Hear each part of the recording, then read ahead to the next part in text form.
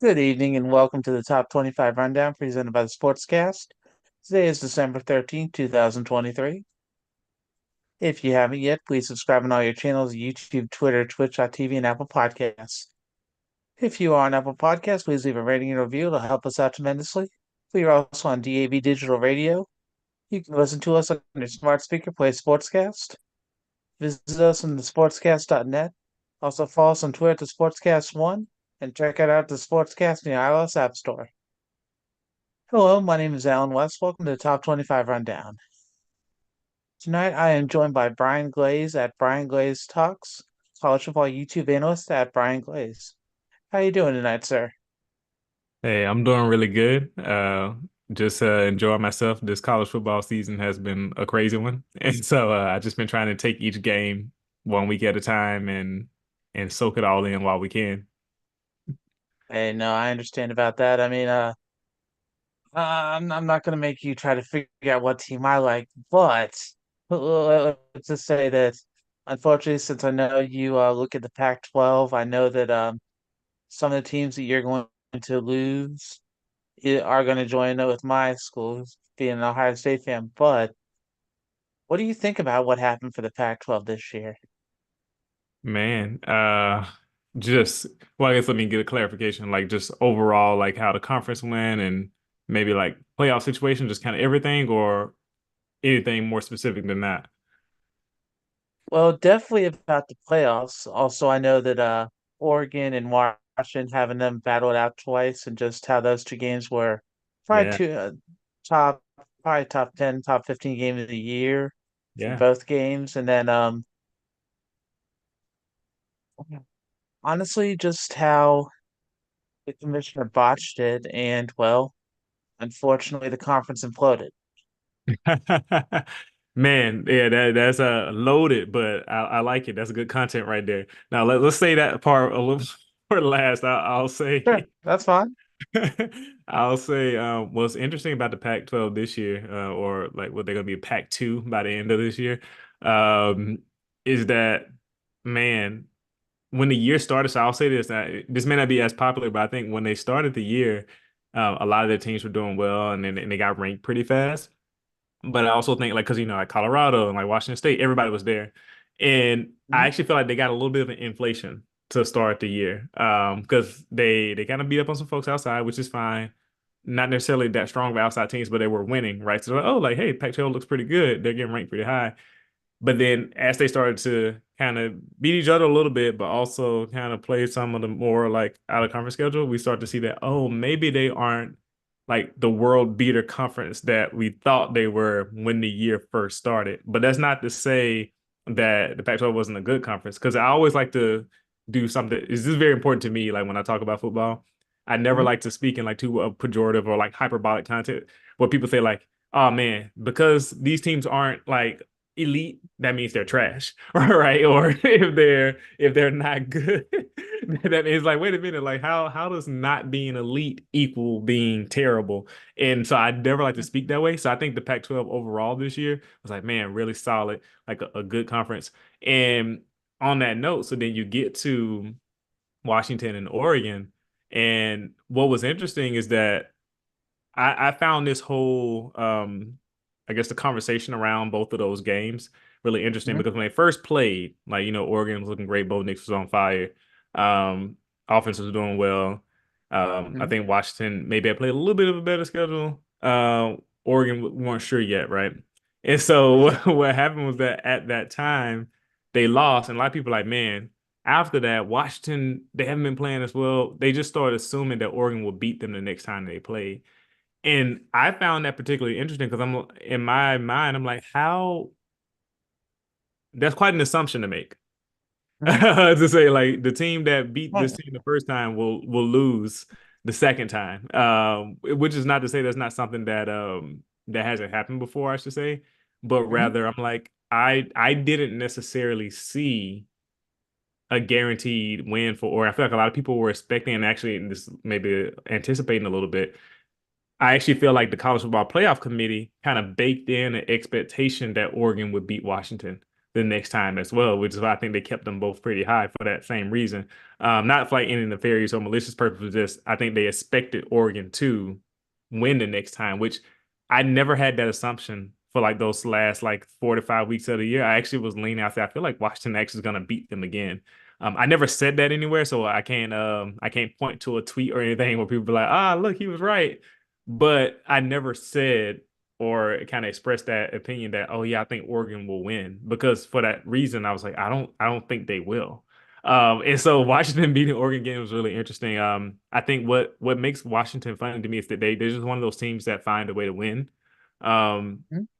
which like they play the defense. Michael Penix can make every throw everywhere. But then he'll also trust himself a little bit too much sometimes. And some players you're like, what did I just watch? But Mhm. Rome Johnson, like they have a very talented like offense and they make plays. The coach is doing a fantastic job over there. Um, and so I think they're a very deserving Pac-12 champion. I know Ty he may not be happy right now with his Ducks, but I definitely will say I didn't think Oregon would beat Washington again, and I'm like, hey, that's what played out. And so what's interesting is that yeah, the Pac-12 had potential, and it's just been ruined now. Like it's gone because like, what do you do? Everybody's gonna leave.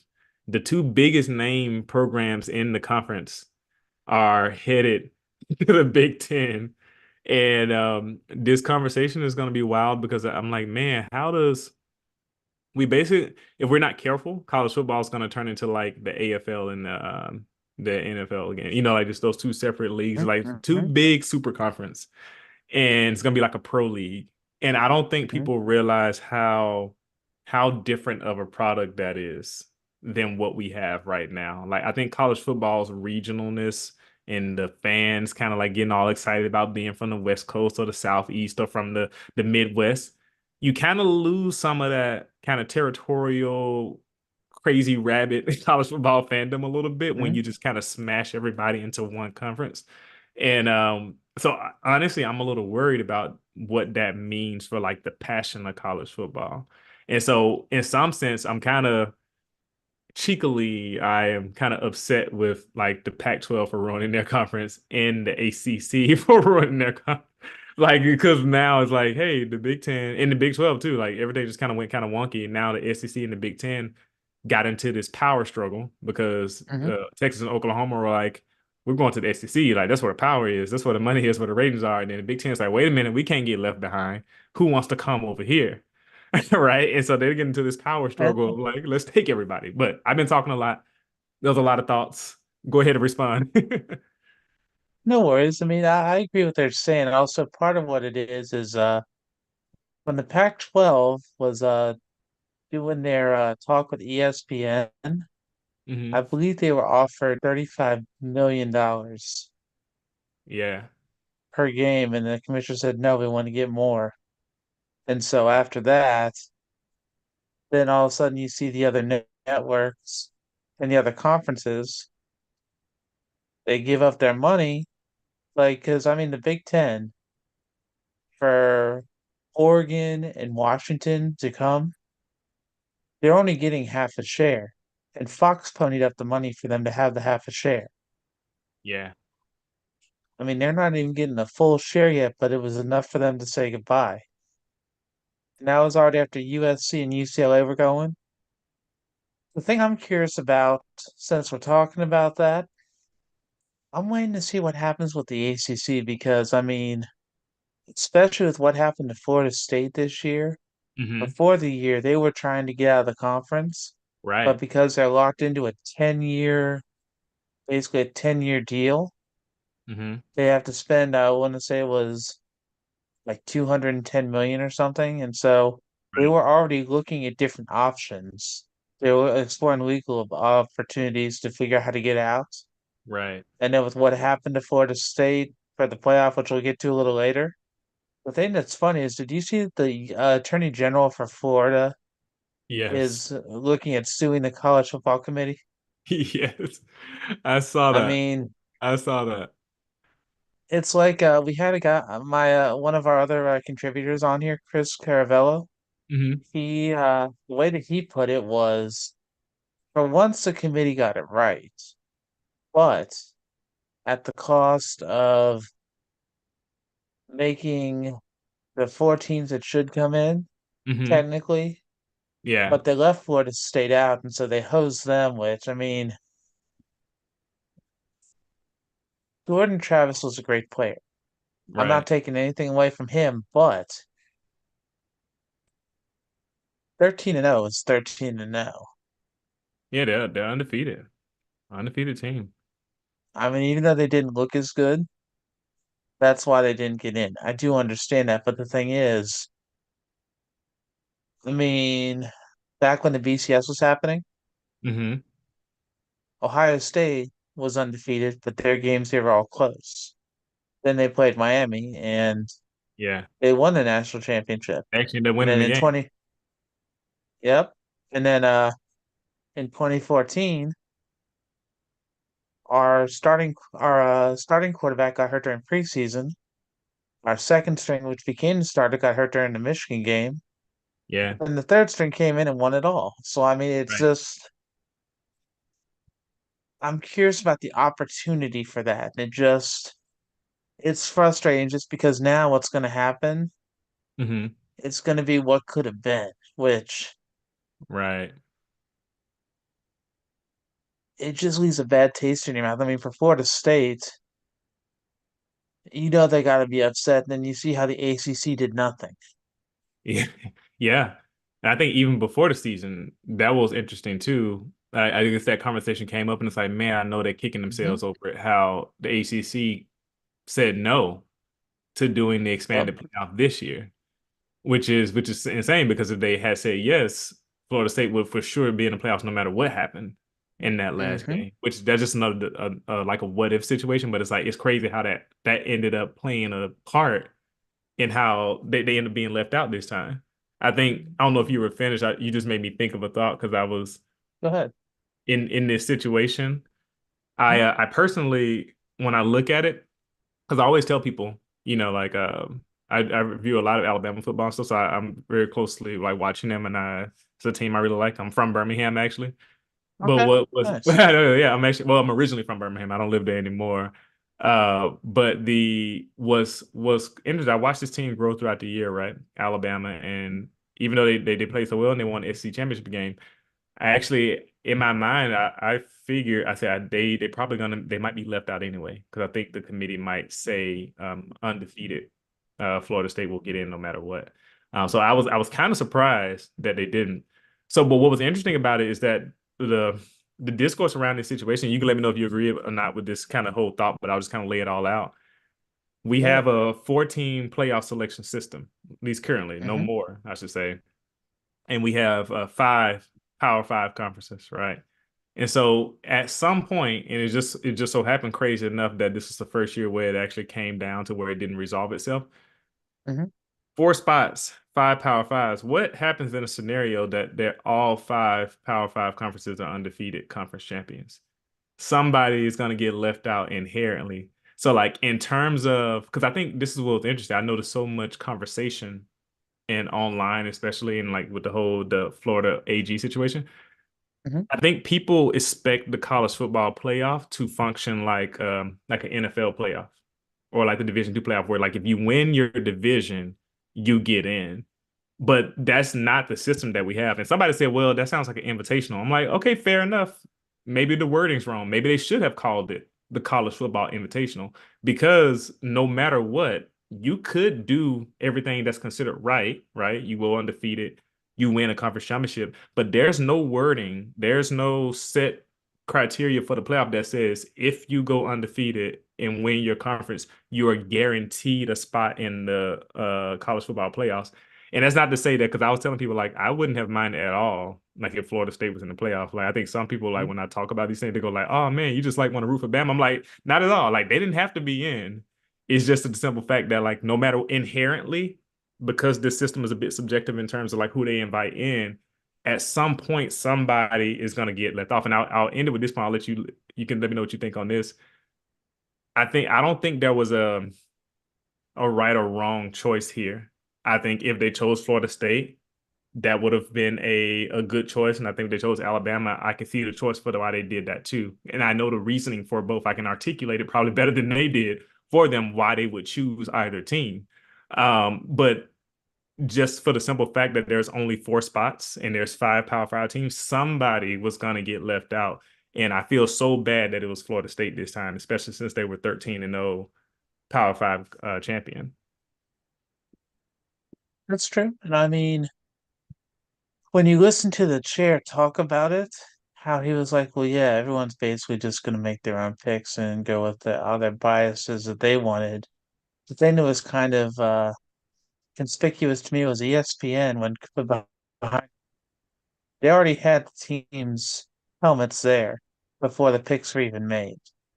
So Mm. you could already see that. And it's just like, See, come on, man, seriously?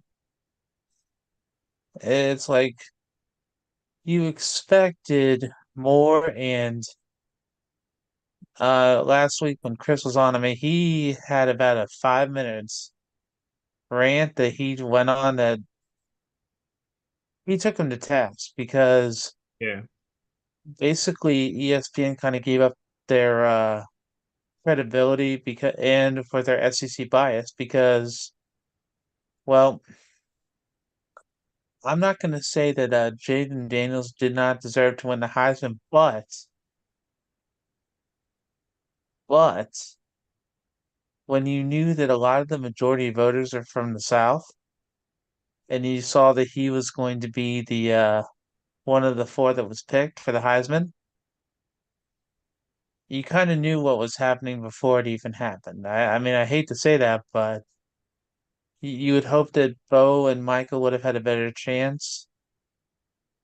But unfortunately, well, when I heard what was going to happen, I knew who the winner was before that night.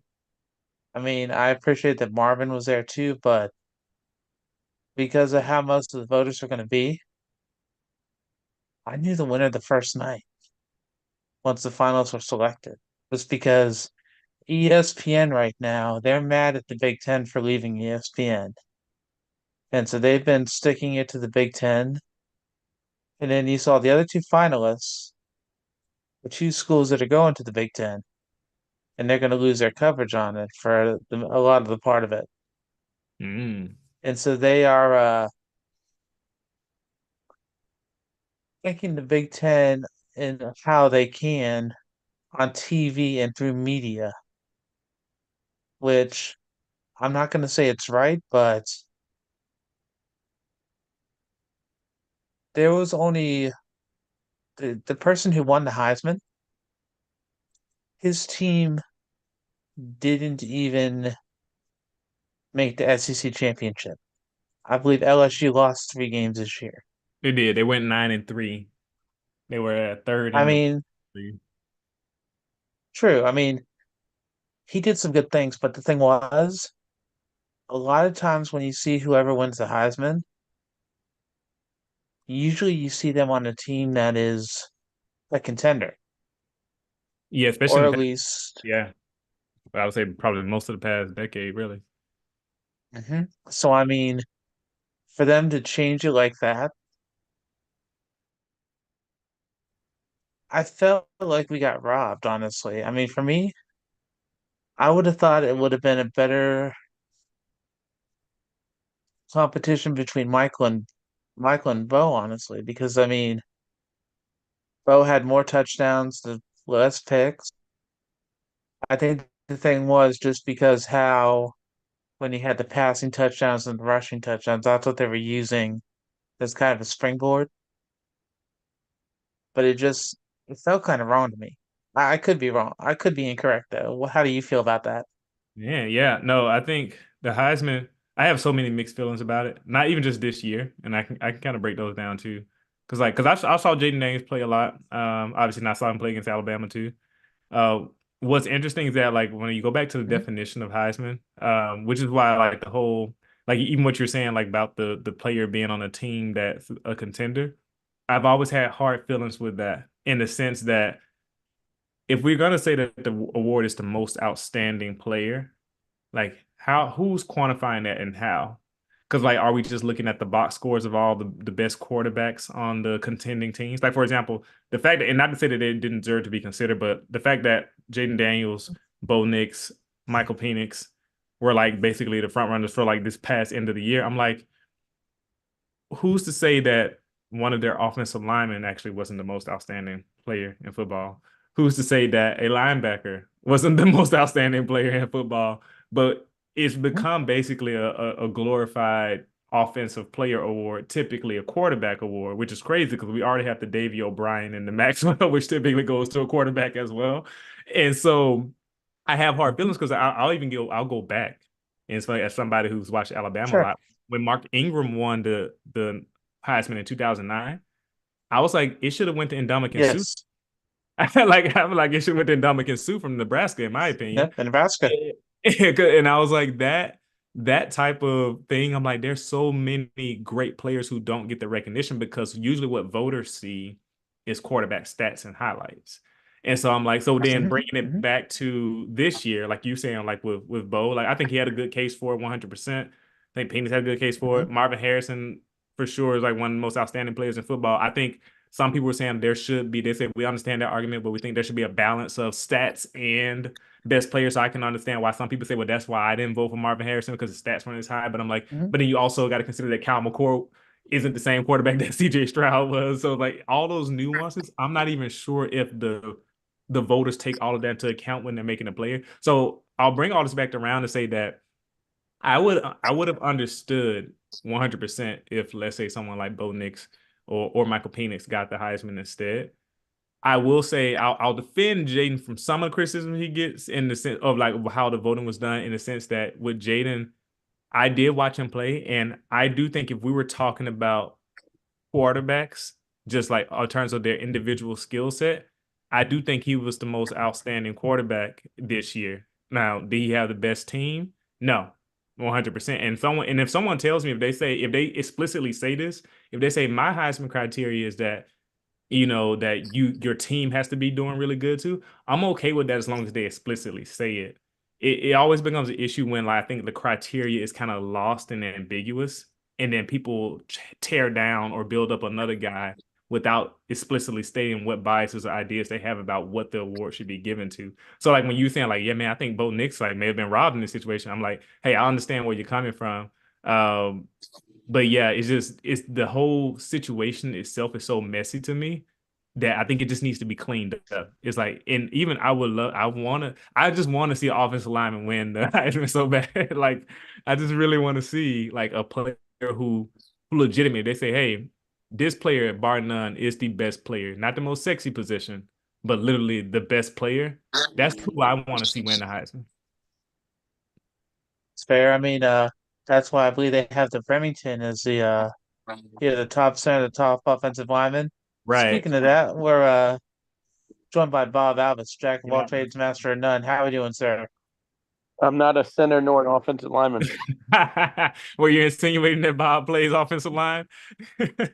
I know, nope, I was not saying that, but I'm glad that Bob was able to join us tonight. Just because we were getting into the Heisman talk real quick. And Bob, what did you think about the Heisman this last weekend? I mean, I would have voted Michael Penix, Michael Penix, Michael Penix. But, Hey, I mean, respect it. I think there is a West Coast bias. I don't care if people say it or not, but I A think bias there is a against the West West Coast Coast? bias. So, Yeah. unless Yeah. you play for Okay. USC when Matt Leinart and Reggie Bush did, then there's no bias.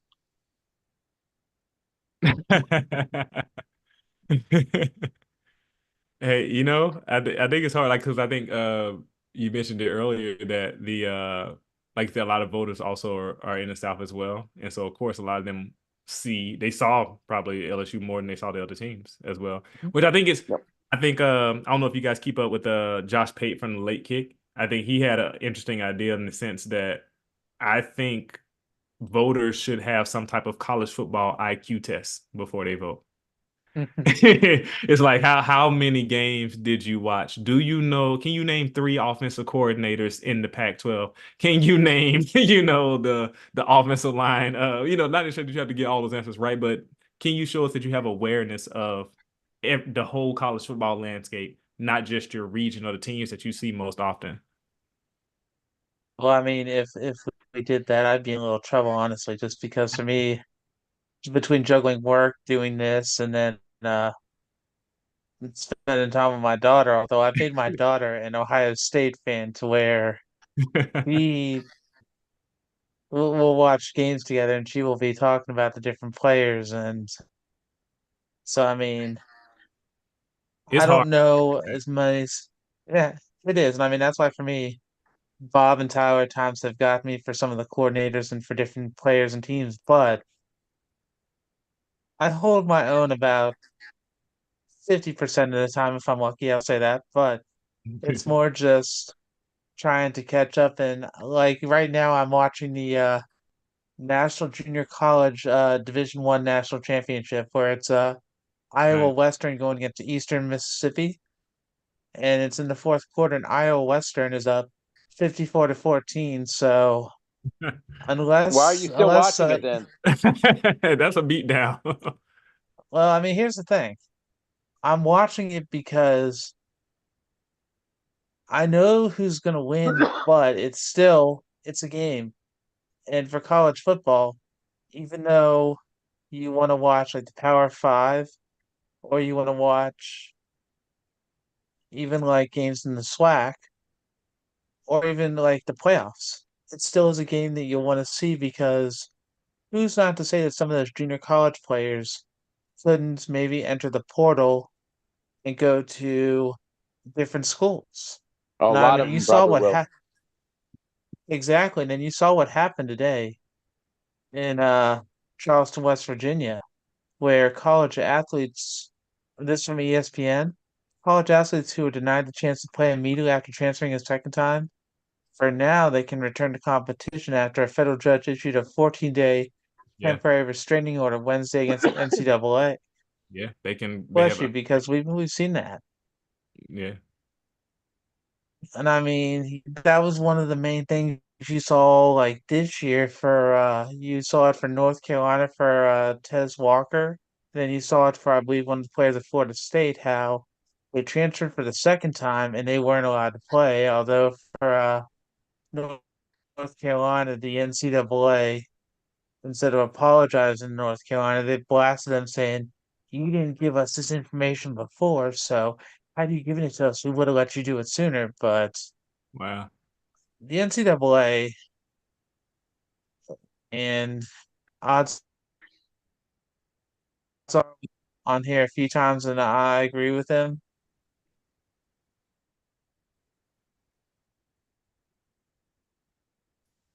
But did audio cut for you too, Bob? Growling. Uh-oh. Oh, you're back now. I heard uh-oh. Okay. Yeah, there we go. That's why I was trying to make sure when you're saying, "Oh my," when I'm a, the other times can be special. I admit it, but You are cutting in and out, by the the way. ends, I am. Yep. Just a bit. You I seem to be coming back now.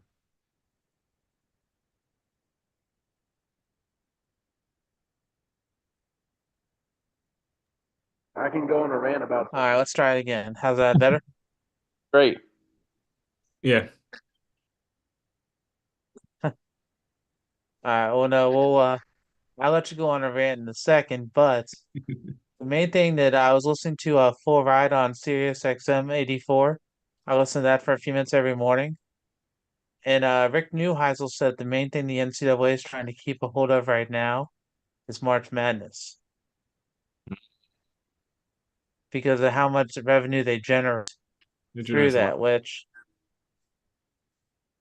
yeah, because sooner or later they're not going to be able to do that. And when that happens for the NCAA,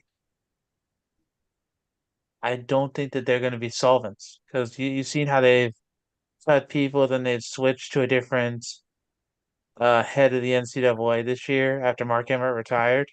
Hmm. And the only thing that's happened is now they're like asking Congress, help us with the NIL. We messed up. We decided to let everyone get what they wanted. Unregulated. And then the antitrust lawsuits, I mean, it's a cluster, not in a good way.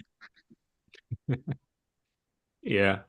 Yeah. No, I think that's the hard part. I think what the NCAA did, they they they knew they needed to make changes, right? And they just sat on their hands for so long.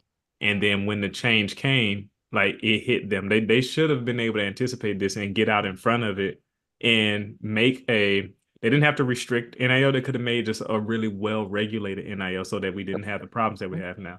They didn't have to, block the transfer portal from becoming more open, but they could have just made a better regulated transfer portal so we wouldn't be in the situation they're in right now. And now and people don't even talk about how yeah, like the institutions and the organizations themselves are affected too.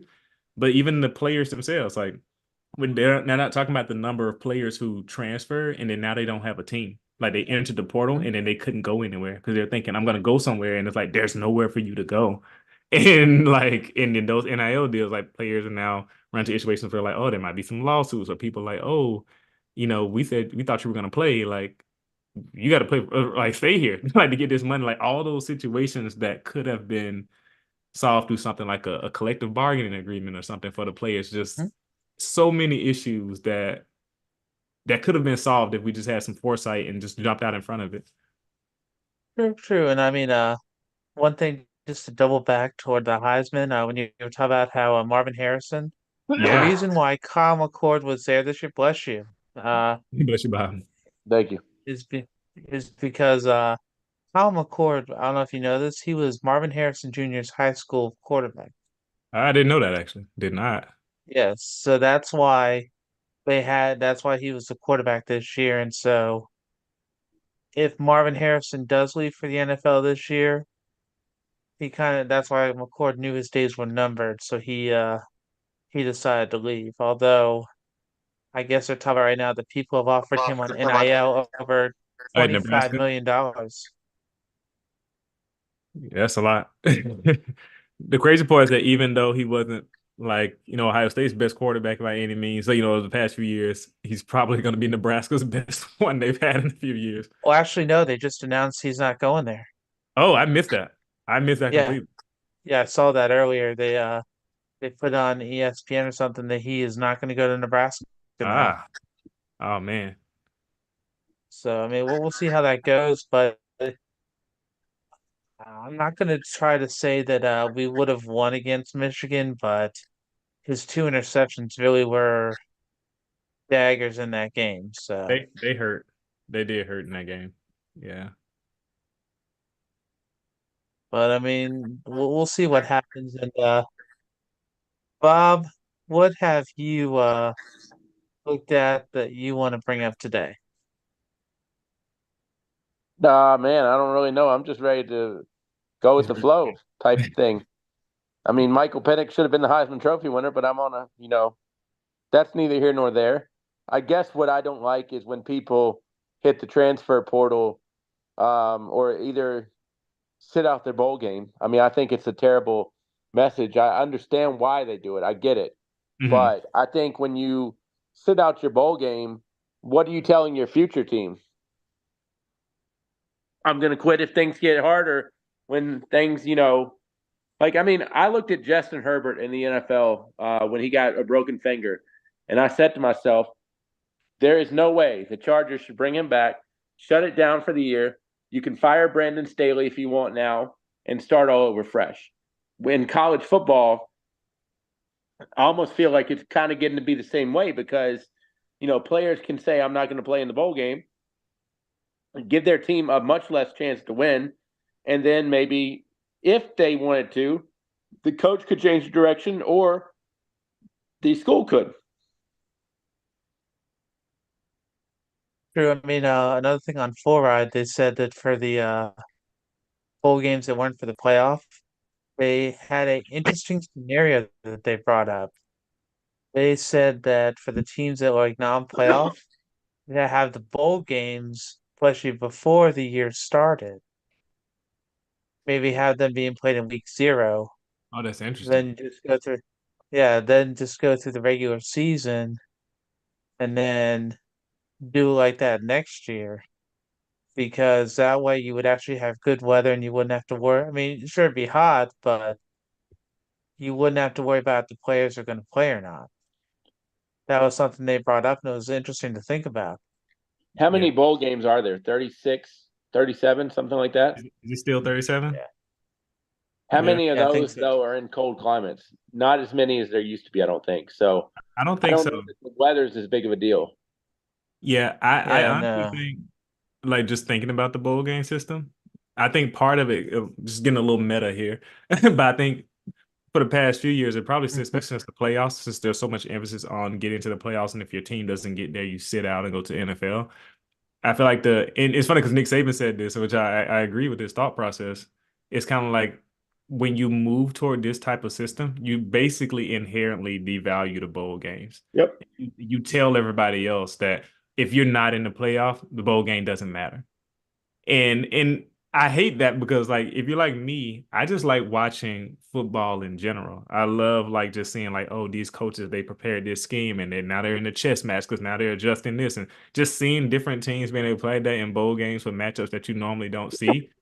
I really enjoyed that. But now that narrative about what bowls are supposed to be is kind of lost, especially when you got, like you said, and people are not in the playoffs, so they don't want to play. And then they're worried about injury because a lot of them have draft prospects now, right? And so Mhm. it sucks because we kind of suck the life out of the bowl system.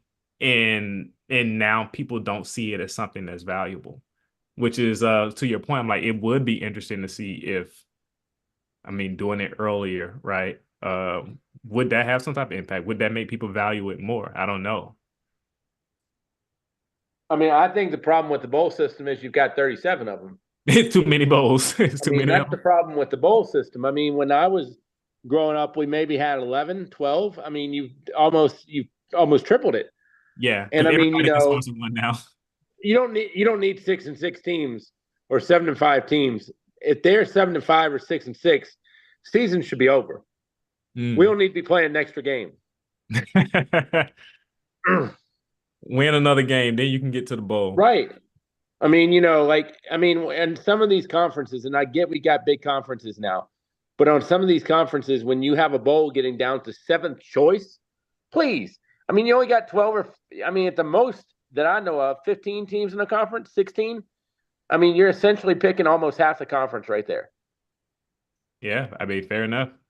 Because yeah, like at that point, because the question is, if you're a 500 team, like sure, I'm pretty sure you enjoy the fact that you got an extra game, but it's like how good of a product is that really to see like a couple of 500 teams play each other in a bowl game, right? And then like I said, I think because that's also the financial aspect of it, right? If Yeah. Mhm. tax slayers like, hey, I'm ready to sponsor a bowl between 275 teams. You're like, that generates a little bit more revenue. TV deal gets a little bit sweeter. And so I think that's always the hard part because they're balancing being a business with like the product on the field. And it's like, yeah, I mean, it's coming at it from two sides, right? So then you have this Mhm. aspect of oversaturating the bowl system. And then you're also devaluing it also by the narrative of that the only thing that matters is the playoff. And so I think it's like two sides of that really needs to be addressed if we want bowls to matter again. Otherwise, people just won't see it as important. And it's crazy because Sure. like you're gonna get the coach speak. You're gonna have people saying like, oh yeah, we, Mhm. we see the game as important. We're gonna play it. And then you watch the game, you're like, no, you're not playing the game with the same intensity that you played like with during the regular season, which Mhm. is yeah, it's kind of sad. Well, I mean, you kind of have two issues for that because you have the players who are leaving the transfer portal, Right. but for some of the schools that are bowl eligible, some of their coaches have left. So Yeah. you've got the interim coach. You got to see how the interim coach has the team is able to keep the intensity for the team when they're playing. And so what I just did, I was counting the bowls. Other than we have 40 bowls Oh, that we'll be able to watch. And then you have three for the playoffs because you got the two semifinals plus the final. Which growing up, that was something we did not have. So that's why just watching that, I mean, I understand that the companies are going to make a lot of money, right. which that's great. But the thing is, you're seeing how some schools they're 6-6, last year or the year before when they were doing some of the bowls, I remember they had some 5-7 teams because they didn't have enough Didn't teams, have enough which 500 teams. yeah, and so I mean that's why it's when you watch some of the games you're just like, seriously? Seriously? Because you want to at least have somewhat of a game, and some of the times it's more of a joke than not. I mean, one of the better games I saw for in the last 3 years, from this is just my personal opinion, Hmm. was when Ohio State played Utah in the Rose Bowl because Jackson Smith and Jigba, he had the game of his life. That was a He had fantastic. over 300, yeah, yeah, over 300 yards receiving in, I think, at least three touchdowns, and they had to fight to win that game. I mean, that game was a game that you literally could not stop watching because even though at times we had an issue with offense, they could not touch him. And he was the reason in the end that we won the game, but it was a back and forth game, whereas a lot of the games you watch now, they're blowouts, let's be honest. And so usually you'll see some of the games are over by halftime. And then you're just like, seriously? Yeah. Yeah. I mean, No. that's just the best way I can put it. So No, yeah, I think definitely the bigger bowls for sure they typically have the best games because those are the first picks. And so I think even if, like to Bob's point, even if they cut it in half, the amount of bowls, we'll see a much larger increase in the quality of the bowls because that'll get rid of so many of those teams that squeaked by to getting 500 that mhm. were just barely above average, right? And it'll get us the teams that are like, and I mentioned this earlier, like the hyperbolic statements. I think we'll get actual good teams, great teams, and elite teams like in the bowl system, as opposed to just squeaking in whoever can just slide their way into a position to get into a bowl game. Sure. I mean, that's definitely true. And just a quick update for the Junior College National Championship. Iowa Western is about to pull off the win. They're about to win 61-14. Nice. So I mean, that's definitely pretty good. And I mean, congratulations to them. But Some team in even though we Iowa had the knows how to play offense. yeah, exactly, exactly. I mean, I remember the last game I think that I told Bob and Chris that for them to reach the standard that um Kirk Ferentz's son had to reach in the Big Ten championship game, he only had to score 109 points. Easy. Yeah, yeah, easy, but still, depending on the right team, it's not a problem. But unfortunately, the wrong team that didn't work. And Iowa Western, the game has now gone final, and they just won their second straight junior college national championship. Congratulations to them. And Yeah. Well done, Iowa State. so, yes, sir. I do have a question for you, Brian. Mhm. You watch the FCS playoffs at all?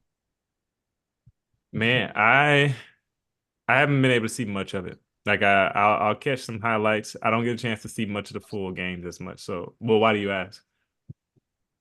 Only because since we only have 4 games worth of playoffs, or 3 games worth of playoff in the FBS, Hmm. the FCS, that usually lasts a few weeks, and It just lasts a while. watching how they go, I really just think that sometimes you see some teams that are, well, they bring their best stuff out, and it just, you truly have the winner go home mentality for like March Madness, but you just see it in the FBS because watching North Dakota State last year and then Montana State in the championship, everyone thought North Dakota State was gonna win it again, They but always win. Yeah, but Montana State won last year. Montana State beat them, so they got their coach's either his first or his second national championship. Was it and the Montana or was game that was South Dakota? I'm trying to remember. I thought it was Montana State. I could be wrong though. I maybe misremember. I feel like because I remember I was like, oh, North Dakota won again. I think I saw like, oh no, it was South Dakota instead. I could be wrong, but just something about that is like in my mind. Maybe we look. Let's use the internet. I'm checking right now because I let's see. I could have sworn it was Montana State. I Okay, could you be could be wrong right. though. I could be wrong. Yeah, no, that's what I'm like. You could be right. Let's see.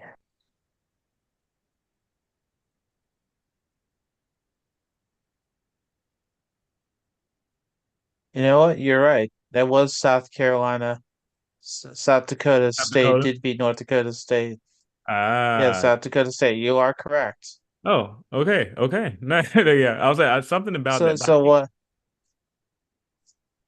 uh, I think what it was is Montana State was in the semifinals they and they were. lost That's what it was.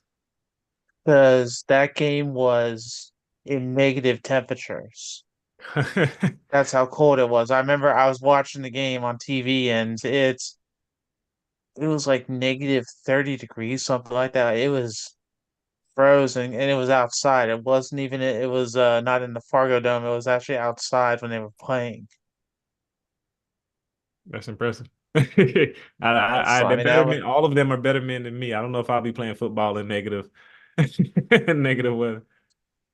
yeah, no, I'm afraid I couldn't do that. I mean if Bob can do that, he's a better person than me, but you know what? That's okay. I'm Some all of right Yeah. them with Bob probably being a wearing better short person than sleeves me.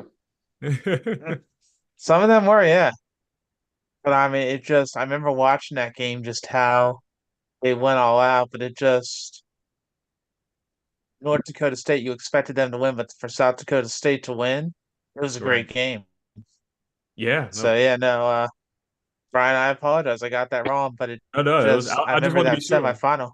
Yeah, no, Yeah. hey, Yeah. that's okay Yeah. Yeah. Yeah. No, for you're me. good. I just remember that game was one of the best games for the FCS playoffs and just how they were all frozen. Yeah. As soon Right. as they could get warm afterwards, they Barely were walking on the happy. field. No, I mean, when you think about it, what's interesting about the FCS is that I guess for all intents and purposes, North Dakota State is basically like the Alabama of the FCS. Yep.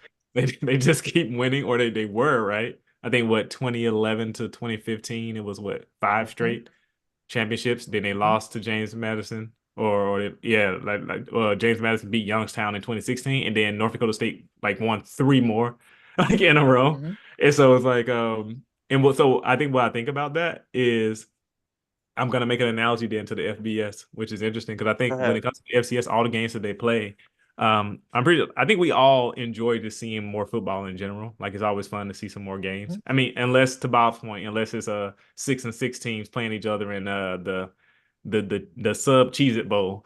But otherwise, like in a playoff where there's good teams, we enjoy seeing that type of thing. But I will say, and you can let me know what you think about this when it comes to the FBS, because even as we go to 12 teams next year, which is going to be Mhm. really interesting, I think for the most part during this 14 playoff system, there's been about every year, maybe like three, maybe four teams that could win a championship, and the fourth team usually was like the weak one, right? And so what's going to be interesting is that with 12 teams, I'm pretty sure we're gonna get some weird blowout games. So that's not to say that we haven't already got those, which I think the fact that we already gotten some of those in the 14 means we're definitely gonna see some more like in a 12. Um, but I think either way we'll enjoy seeing more games to have fun. My thought about it though is that it's two things really. You can let me know what you think or not. I think when it comes to these type of systems, the teams that will benefit the most actually will be the blue blood teams. So teams like Alabama, Ohio State, Michigan, like all the big names, USC's, because like they probably would at some point be able to lose like two, maybe three games and still get into the playoff, like and come in. Who Oh. knows? But what'll be interesting about that, like I don't know if that'll actually be the case, but I think when it comes to these type of systems, the teams that usually have like more money, more resources, they tend to do well. Like I remember when NIL first came out, people were like, oh man, it's gonna create so much parity. And like, sure, there have been some more teams who have gotten some players and been able to do some things, but for the most part, the teams who are able to take advantage of it the most are the teams that have the most resources. The Alabamas, the Georgias, the Michigan, Clemson, if they wanted to, but I know Dabo's been a little bit like slower to take up on that. So like what's interesting is that I wonder if that same type of thing is possible to happen with the 12-team playoff as well. And then a second note on this, so this is something that I'm personally kind of passionate about that I hope to see maybe some type of addressing of when it comes to the players of the teams that have like, let's say like these high draft prospects. So this is getting back to that bowl game thing of players sitting out too. We're basically asking players to play more games without necessarily, because in the NFL they play like 18 weeks. They get paid to do it. In college they don't. And that's not to say that they necessarily have to get paid all these type of things. But it is interesting to tell a guy who's, let's say, like a guaranteed first round draft pick, like, oh, you will go #1 overall for sure. Play 3 more games that potentially could hurt you and make you drop your your stock, right? And I wonder, I would love to see if there could be some type of guarantee, like insurance for those type of guys, right? Or something just to protect them. Because in the sense that it's great for us as fans, it's great for college football as a whole, like revenue and the TV deals, and like it'll be more money made, but not necessarily to their benefit beyond just being able to win a national championship, which by itself is amazing, and we get to see more great football. But I do worry that I feel like the players to some extent is getting kind of the short end of the stick here when it comes to their health. What do you guys think about that? I think if you're a top pick, you've got an insurance policy on yourself. Yeah, So fair enough. you're going to get your money. I don't know if I've ever really broken it down that much. I mean, look at this. Look at it this way. How many people play in a football game each week in the NFL? I don't know the answer to that, but a lot. Yeah, And how many of those people get hurt each week? a lot of them. Yeah, I will see. I don't think it's as many get hurt to where they are out weeks but he and can't weeks. play. Yeah, So, I mean, in college, to me, I would almost say you're talking about somebody getting hurt when it's not the norm that somebody's going to get hurt and be out for weeks. Does it happen? Absolutely, it does. But does it happen in great number? I don't think so. So I think it's a little bit of a, people being a worry worm, and and one of my favorite college players of all time was Anthony Poindexter. He went to University of Virginia, went to my high school. He would have been a first round pick for sure. Tore his ACL, maybe a second round pick, but he'd have been in the first probably 50 first day. picks. Tore Yeah, his ACL against NC State, ended up being a seventh round pick. Won a Super Bowl with the Ravens and is now a defensive coordinator at Penn State. But you do have to wonder what could have been. But I mean, I can bring up one name. I believe Jalen Smith is another name from a few years back. But I mean, I can name 2 names in the past 30 years. Not a lot of names that I can name. So, I mean, I think it's people being over dramatic about injuries personally, but that's just me. hey, I mean, fair enough, like you said, in the sense that statistically, how many people are going to get those type of injuries that will cause them like big harm to their draft stock, right? Answer may not be a lot. Yeah, I think in terms of, I'll even bring it down even more personally to me. I think just thinking about players' health, I feel like we went a long time without thinking much about it at all, and then we Sure. realized just how dangerous the game really could get for a lot of these guys. And but yeah, when I'm thinking about it, I'm like, man, like how many players are adding to their, what's the word I'm looking for? Just kind of How many people are going to have CTE because they played 3 extra games? yeah, well, not necessarily. I mean, fair enough, but I think in the sense that what's the word I'm looking for? Like it's kind of like it's stacking, right? Like the more damage you take over time, right? They're gonna get it no matter what because they're playing football. Right. I just yeah, And mental health. it's a hard thing to like kind of balance and reconcile where you're like, how much are we doing all that we can to look out for the player in that sense? That's kind of like where my mindset is going. Not necessarily that they for sure are gonna be But it's like hurting more some players heartbreaking. more than it is others because your linemen, the guys that take contact all the time, are going to be the ones that get hurt. Your Yeah. quarterbacks are going to be the ones that get hurt. I'm not trying to be a jerk, but your wide receivers probably aren't going to get that same contact or, Right. play in and play out. So Yeah. I don't, even though I have a differing opinion than you, I still understand your side of it. I Yeah. just have a differing side. But, if somebody says I'm not going to play in a bowl game, I get it. If Right. somebody says I don't want these extra 3 games, I get it, because you're going to be paid to play a game. You're going to make more money than you could ever make with an NIL. I get it. 100% I get it. But, I just see it. I see it differently, but I'm not going to say, let's go out in the parking lot if you disagree with me on this one, because I think both sides are right. But I think it's kind of like, I hate to get into the real world, but so many people are going to argue something until they're in the ground when both sides could be right. No, my side is right. I'm right 100%. Nobody else is right. Why not? Why are they not right too? I mean, I'm not saying that works in every situation, but in this one, I think it does. Yeah. No, I don't think there's a perfect solution to it. I mean, because we just said it. Football is inherently a dangerous game. Like the players, they know that too. Yeah. So it's like it's just a hard thing. I think about it a lot though, just in the sense of like, man, like it's rough on them. But yeah, no, I get your point 100%. Well, I mean, a few things I'll bring up real quick. Number one, Willis McGahee when he tore when he had his knee messed up against Ohio State in the Yeah. Fiesta Bowl, how he cost himself. But I mean, he still was able to carve out a pretty good career. And then Frank Wycheck, he passed away this last week. Apparently, he fell Oh man. and his body or his brain is being given to the research for CTE because apparently there were some issues because he was only 52 years old. Yeah. So, Yeah. I mean, we'll always know him for the Music City Miracle, but still. Yeah. Yeah. So like I said, inherently dangerous. They're all getting beat up out there. I mean, I respect it when players leave early. Like, what was the 49ers linebacker a few years ago that retired after 1 year? Yeah, the one from Wisconsin, I remember who you talked about. Was it Borland? Yeah, I think it was Borland. Yeah, because Wes I think Borland?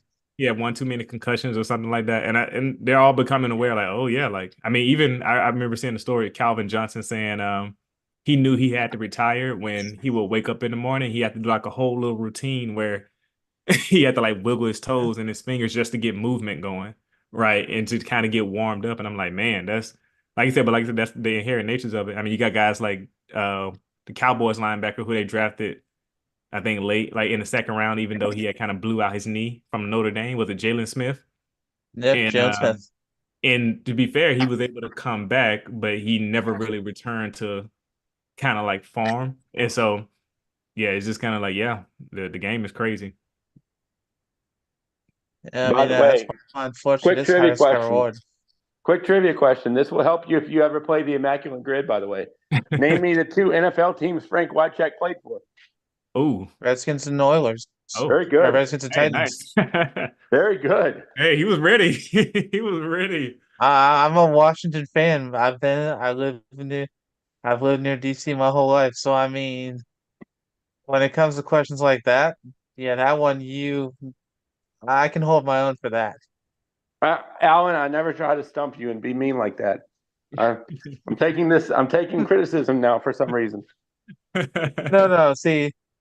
See, no, Bob. We always have fun. Besides, we still have to do that Jeopardy with Tyler another time. But unfortunately, he couldn't come on tonight. He still is getting over what he's hasn't been feeling as well. So when he comes back, Like me and something's him been definitely got to do that trivia.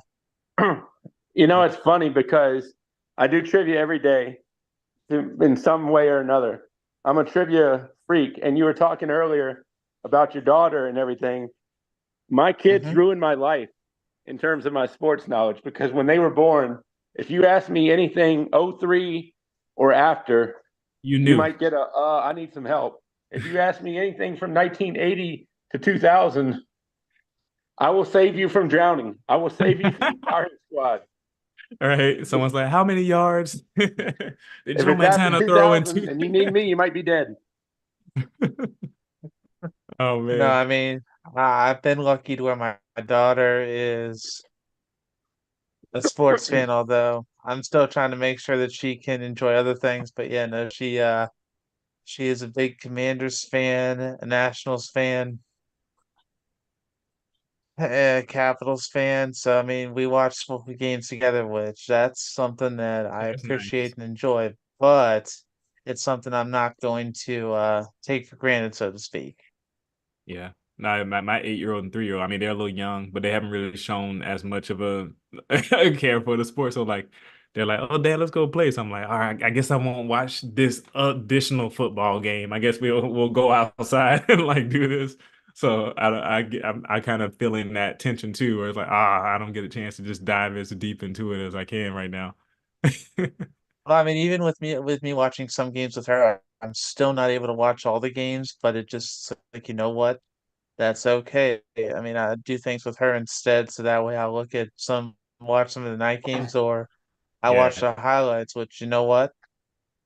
At least it means I watch something rather than nothing. Also, apparently, we're gonna get off college sports for just 1 second. Apparently, Giannis Antetokounmpo scored 64 64. points tonight. 4 points. Dang. Hey, this Yeah, dude so talented, no, man. no, normally, no, Franchise normally record too. I focus. I mean, no, because I want to say that's about the fourth or fifth highest scoring amount of points that have ever happened. Because I know what was number one at 100. At 100. Kobe had He, 81. Yep. yep. And MJ then had how many did MJ at have? least 60 something. I'm looking this up right now, y'all. Y'all give me just a second. I Yeah, know we got our that's trivia. fine. Because no, I Oh, mean MJ that's what I'm trying 69. to think about is off the top of my head. Yeah, I know that, MJ 69.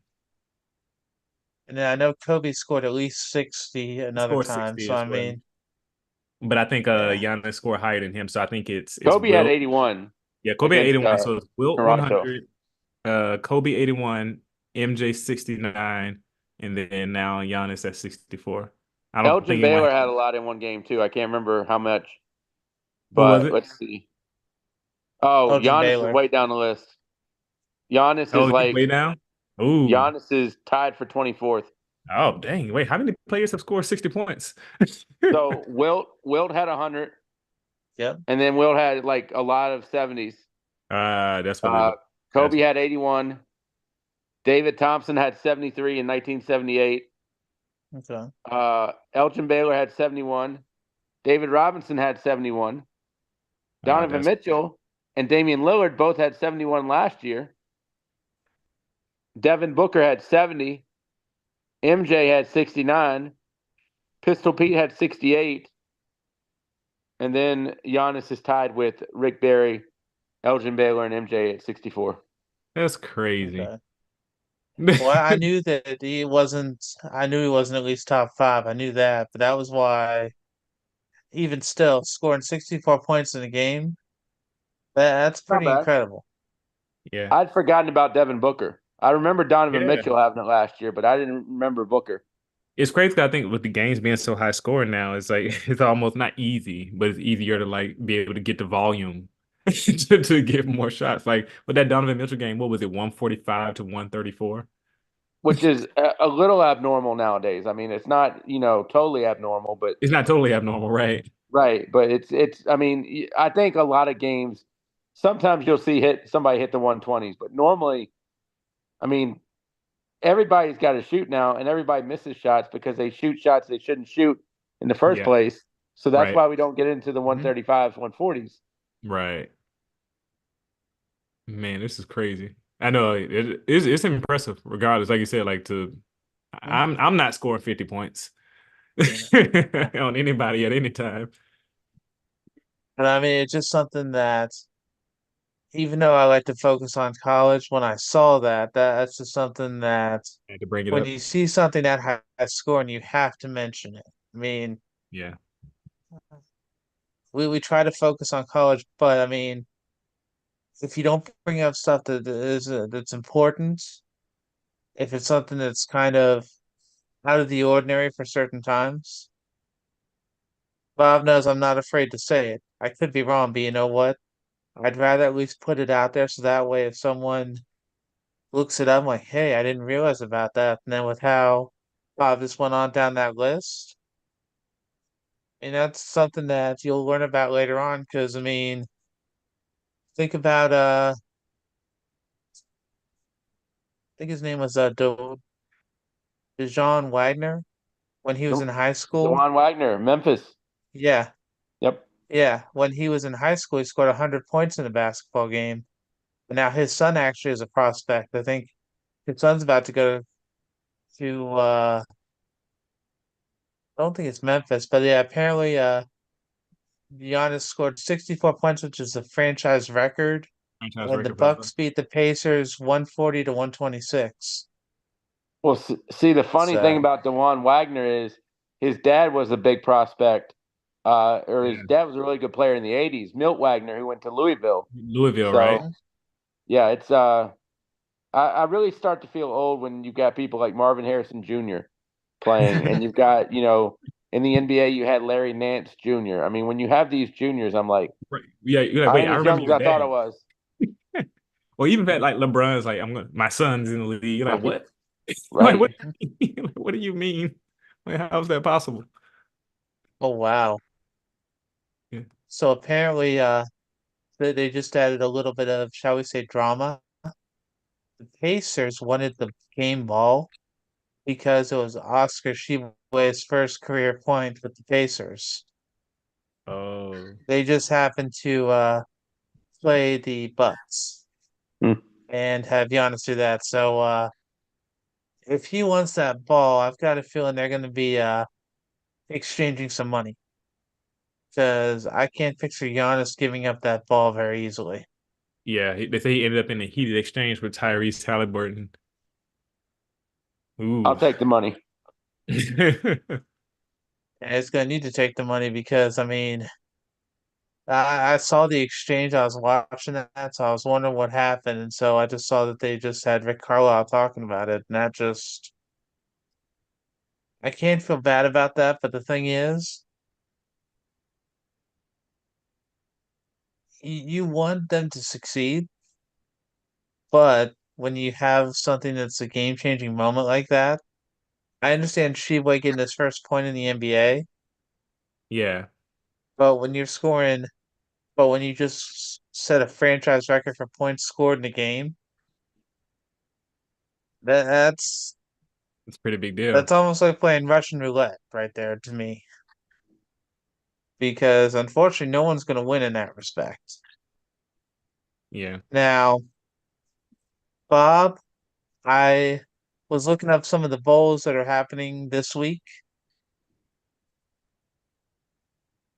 You want to make a few picks this week, sir? Sure, why not? Bob's gonna go 100 for 100 here. Hey, probably will. He probably will. I'll let him go 100 for 100, and I'll get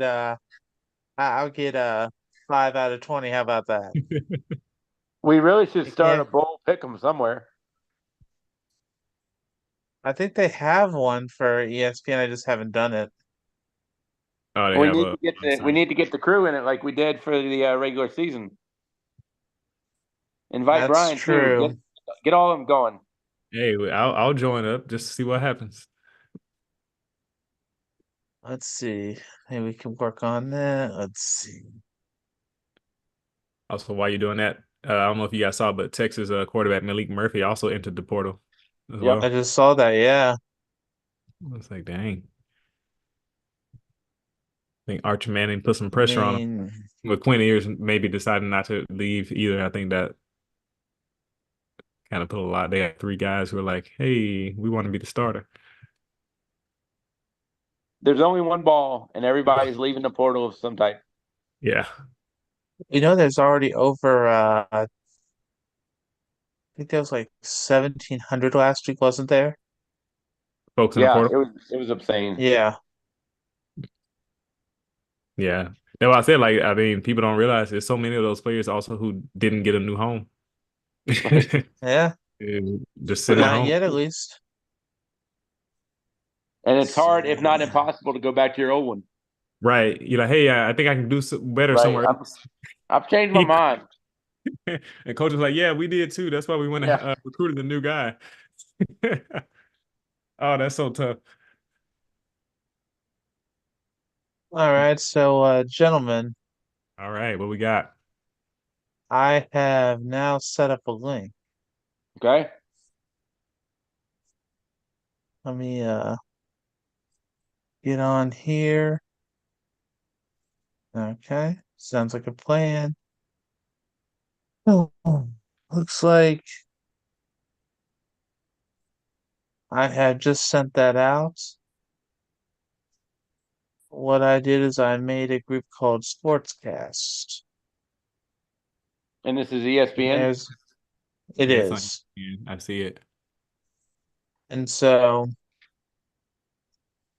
I decided to make it very difficult for how to join.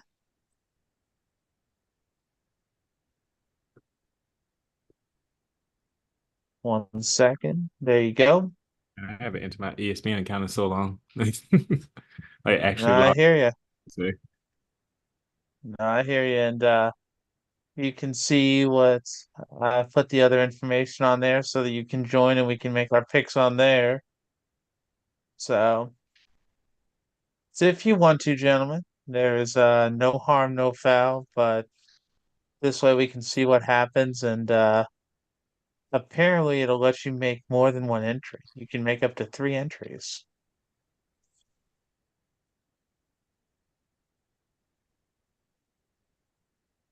So,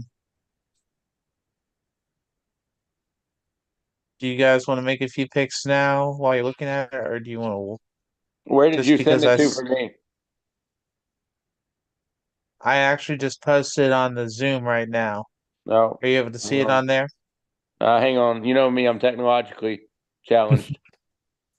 I think I'm in there, Okay. but we can definitely do it just online too if that works better. What I'm doing is I'm going to his backup account. He only has about 10 of them, so Who? Me? yeah, you. I don't know what you're talking about. Yeah, okay. All I need, I can get in. I have an ESPN account. I just need to know, is it confidence? Oh, I sent hang it on. to you. I just sent to your Instagram, sir. Yep. Okay. And then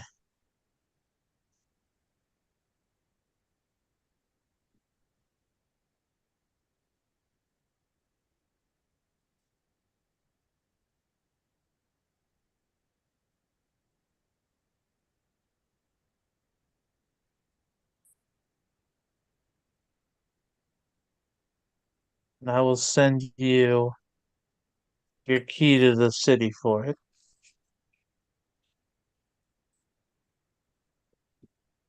You see the link? Yeah, I don't know my password though. That's That's uh, okay. I the just sent it to initiative. you. No, my I ESPN just sent it password. to you. I Where don't know at? what to tell you for that. Yeah, I know. that's why I use a password manager now. Too many Right. things to remember. I hear you. I write them all down, but I'm too lazy to get up right now. Is it a standard, a spread, or a confidence, Alan? Spread. Okay, let me see if I can get in this way. What's the name? It is Sportscast. I was very original. Yeah, didn't see it coming. I know it's a miracle, but you know what? We'll take it. This way, if you gentlemen want to join it, and then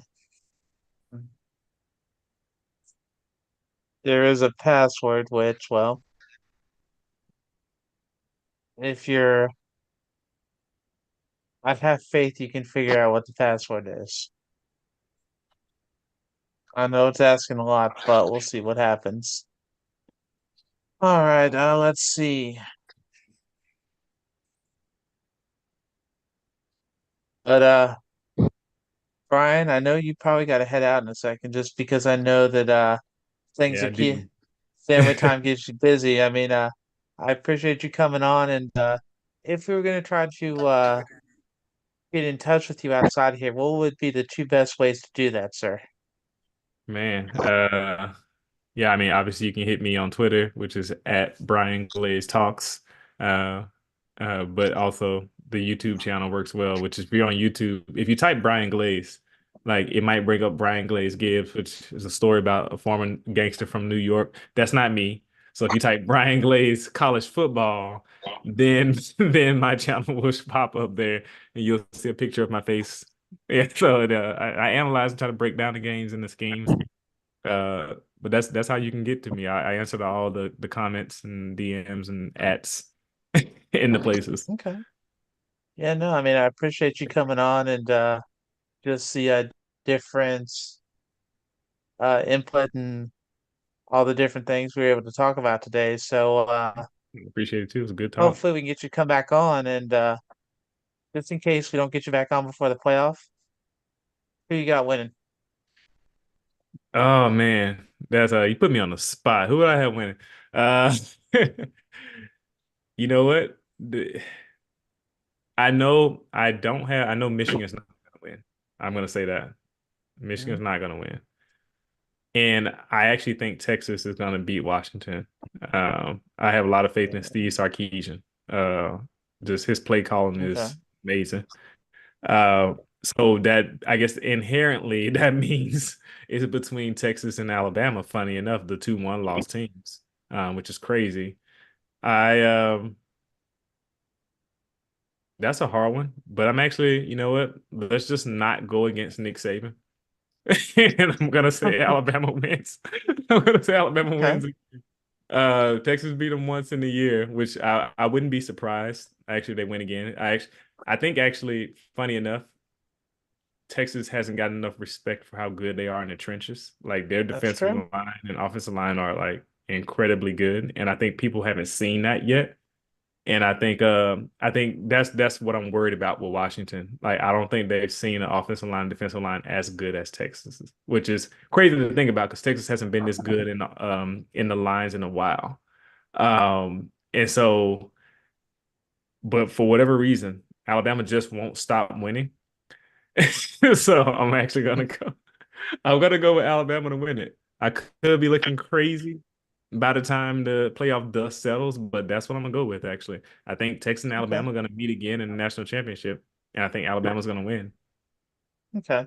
I picked Washington to win over Alabama for Oh, mine. so you So, think Washington will beat Texas?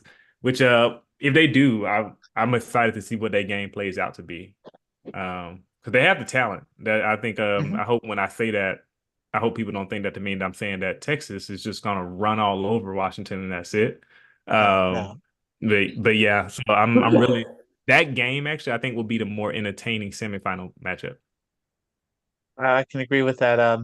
One last thing before you leave. When you were talking about how North Dakota State won their first 4 or 5 titles in a row, you know who Yeah. the head coach was?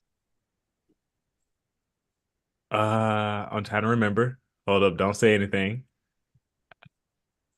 Put me on the clock. How much time do I have?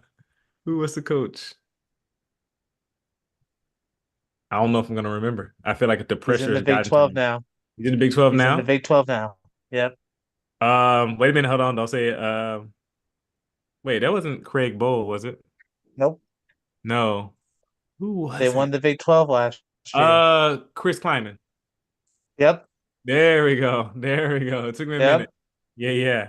That's what it was. Because yeah, if I'm remembering correctly, we'll see if I'm wrong. We can look it up later. I think Craig Bowl won the first three, and then Chris Kleiman took over, won the next two, lost to one, and then won the two after that. So Chris Kleiman really won 4 out of 5 national championships for North Dakota State, which is crazy. That could be true. I know that Bull, I believe he went to Wyoming. He I went think to when he Wyoming left, after yeah. yeah, I think when he left North Dakota State, he went to Wyoming, and Kleiman took over. And then Kleiman, I think before he went to Kansas City, he went somewhere else. But Yeah, I mean, what that tells me is that if you want a good coach, just go take them from North Dakota State. mhm, That seems to 100%, be that seems to be the 100%. consensus. If you just go take North Dakota State's coach, and then you probably got a winner. exactly. But no, Brian, I appreciate the time. Like I said, hopefully we can get you back on here if your schedule permits, and I hope that you have a great holiday season. I look forward to next chance to get you on here. Hey, yeah, no, let's. I'm excited. Yeah, if we can make it happen before, let's do it. If not, I'll be happy to come on after too. So, see you guys next time. Absolutely. Yes, Yeah. sir. I appreciate it, and enjoy the rest of your night, okay? Hey, you too. Thanks, Al. That's my pleasure. Alrighty, so I am seeing the ghost of Bob Alvis right now, which is okay. Yeah, I don't know what's happening. Did it work? I don't know. You don't know? I don't know anything right All now. right. I think I'm in.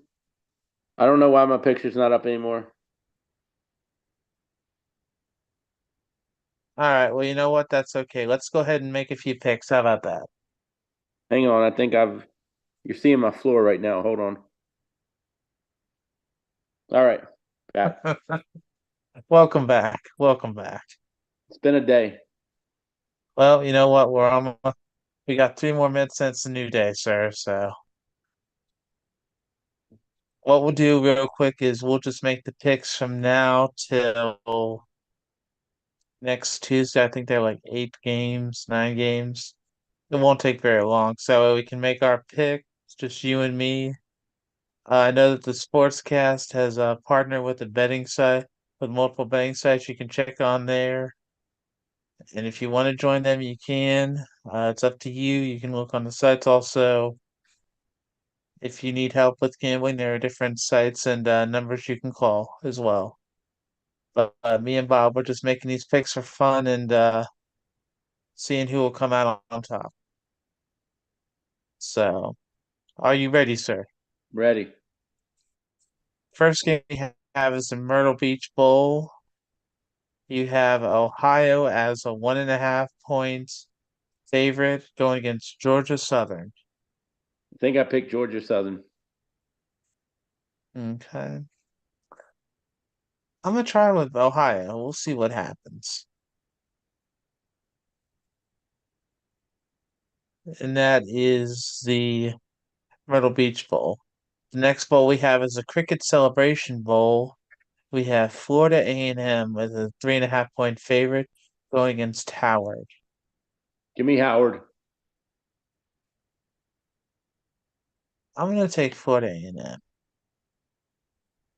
See a not gonna pattern guarantee I'm developing gonna take here. all. Yeah, I'm not sure if we're gonna keep with that pattern the whole time though, so we'll see.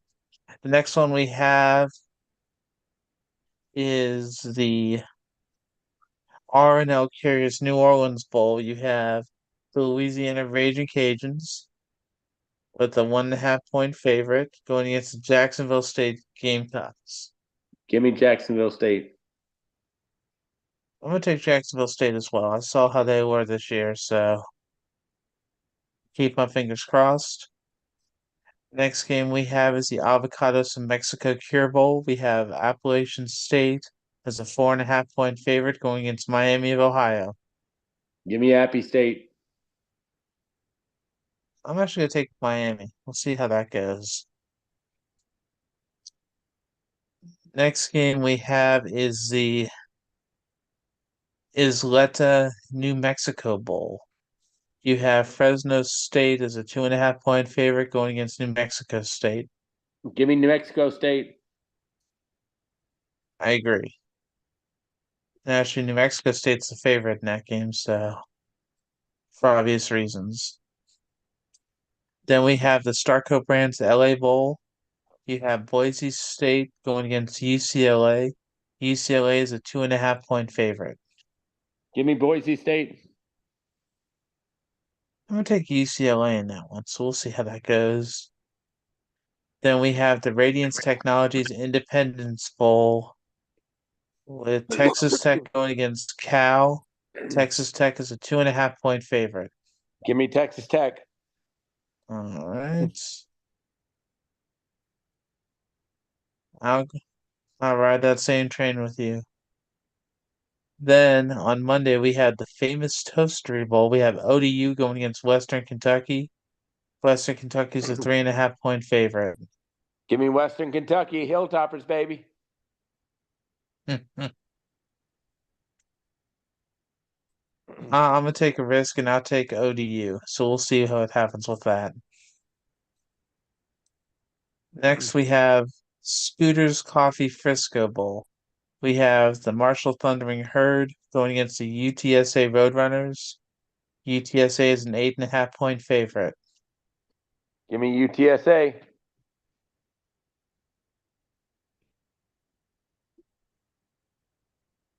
I'm gonna take Marshall for the upset.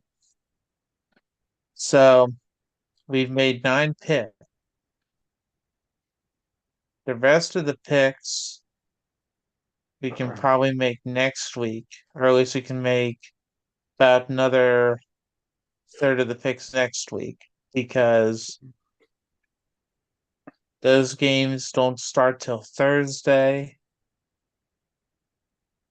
And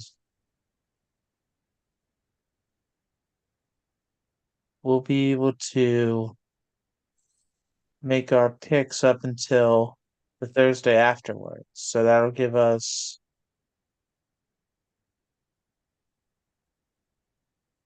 looks like we'll be able to get almost 2/3 of the rest of the picks next week. How does that sound? I'm ready. Sounds good. Okay, just because that way we'll be able to make them and we'll have time for the rest of them. So, but this way we could get the picks in for the games we have before our next show. Just because, well, Bob, I know how you are about making since we've been doing this with Tyler, and yes, I already did send Tyler an invite.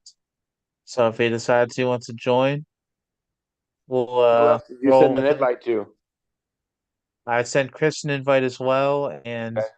I sent Santiago an invite. Right. So That's good. that Good. way we'll have the Good way to usual keep it. suspects at least right now. So Yep. Sounds yeah, no, good. I'm gonna make sure it's fair because I'm not gonna change that up. Don't worry. I just got to figure out how to change my name on the entry. We'll talk about that later, though. I have not checked yet, so that's going to be definitely something entertaining for me to look at. And I'm actually real quick. I'm looking at they're showing the end of the Bucks and Pacers on ESPN right now, just because I'm a little curious about that controversy. But I was wondering though, sir, because I know that you're a fan of Duke basketball.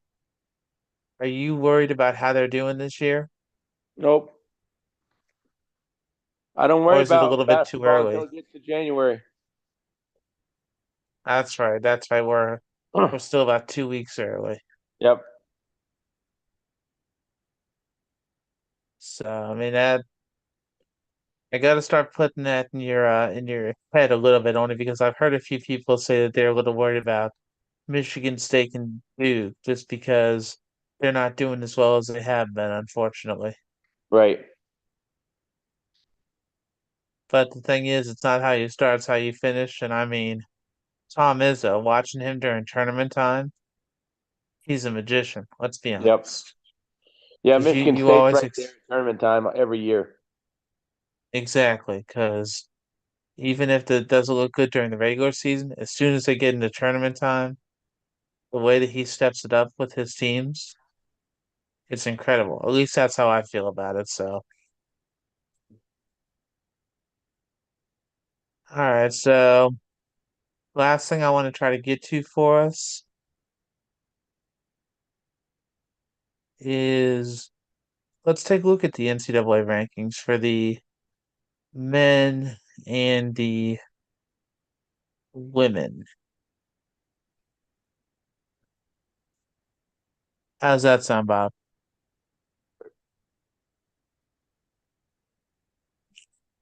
All right. Number one, we have Arizona 8-0, Kansas number two at 9-1, Purdue number three 9-1, Houston number four 10-0, UConn number five 9-1, Baylor number six 9-0, Marquette number 7, 8-2, Creighton number 8 at 8-1, North Carolina number 9 at 7-2, Gonzaga number 10 at 7-2, Oklahoma number 11 at 9-0, Tennessee number 12 at 6-3, Clemson number 13-0, Kentucky number 14 at 7-2, Florida Atlantic number 15 7-2, Illinois number 16 at 7-2, Colorado State number 17 9-1, BYU number 18 at 8-1, Texas number 19 at 7-2, JMU number 20 at 9-0, Duke number 21 at 6-3, Virginia number 22 at 8-1,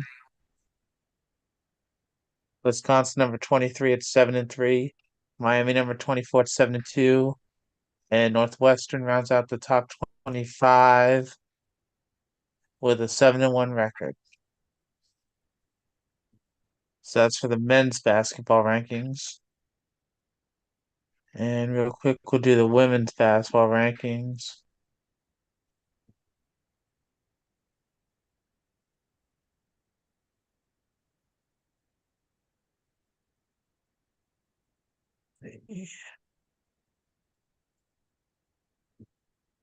Right now we have South Carolina number 1 at 9-0, UCLA number 2 at 9-0, NC State number 3 at 10-0, Iowa number 4 at 10-1, Texas number 5 at 10-0, USC number 6 at 8-0, LSU number 7 at 9-1, Colorado number 8 9-1, Stanford number 9 8-1, Baylor number 10 7-0, Utah number 11 at 8-2, Kansas State and Ohio State both at number 12 with 9-1 and 8-1 records.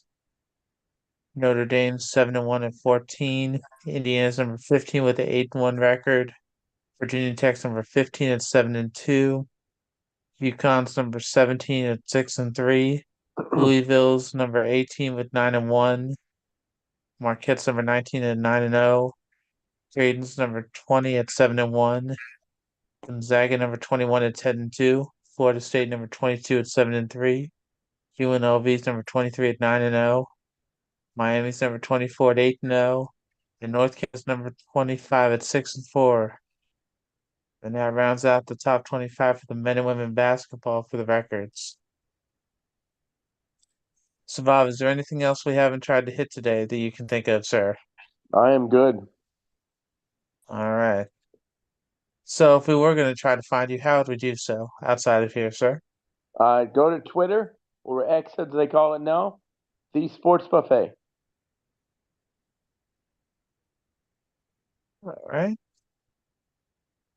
For me, if you were going to try to find me, you'd find me at X at Alan F. West or on Facebook at Alan.West.46. But sir, I appreciate your time and look forward to hopefully doing it next week and be about time to see what'll happen just for the holidays. So Sounds good. have all righty, well, have a good night. This has been the top